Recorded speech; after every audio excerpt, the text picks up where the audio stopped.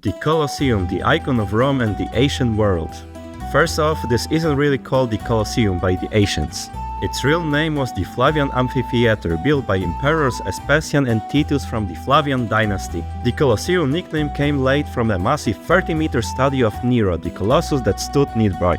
Nevertheless, the enormous structure is seen from the far, and the closer you get, the more amazed you are. You might wonder how the ancients were capable of building such a huge structure without a modern technology. Well, the answer is a lot of free labor, skilled Roman engineers and architects that coordinate the work.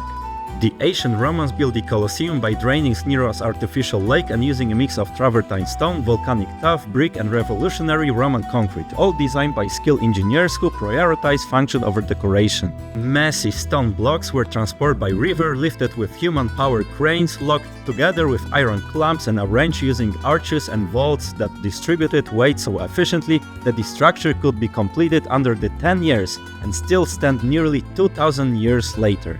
Another thing is noticeable: the amount of arches around.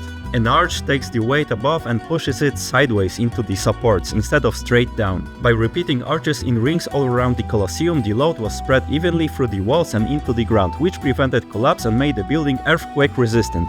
This system also meant they could use less material while creating wide corridors, entrances and seating tiers that let tens of thousands of people move in and out quickly.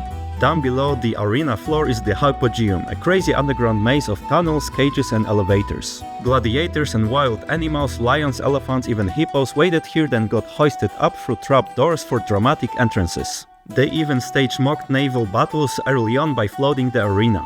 Imagine ships battling in what's now just sand. The seating in the Colosseum was much more colorful, ordered and symbolic than what we see today's bare stone. Originally, most seats were covered or topped with marble, not left rough. The lowest tier closest to the arena, the podium, had large, finely curved marble seats with names of senators engraved on them, reserved seating Roman style. These seats often had armrests, backrests and cushions, and were sometimes decorated with curved moldings or reliefs. What surprises many people is that the Colosseum was painted, not white. Reds, yellows, blues and black details were used on walls, railings and architectural elements.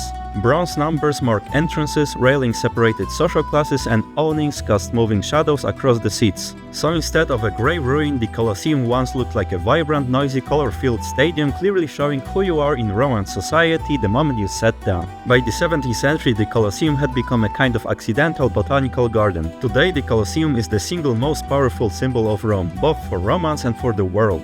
It represents the city's ancient strength, engineering genius and the idea of Rome as the eternal city that survives collapse, time and change. Subscribe for more videos like this one.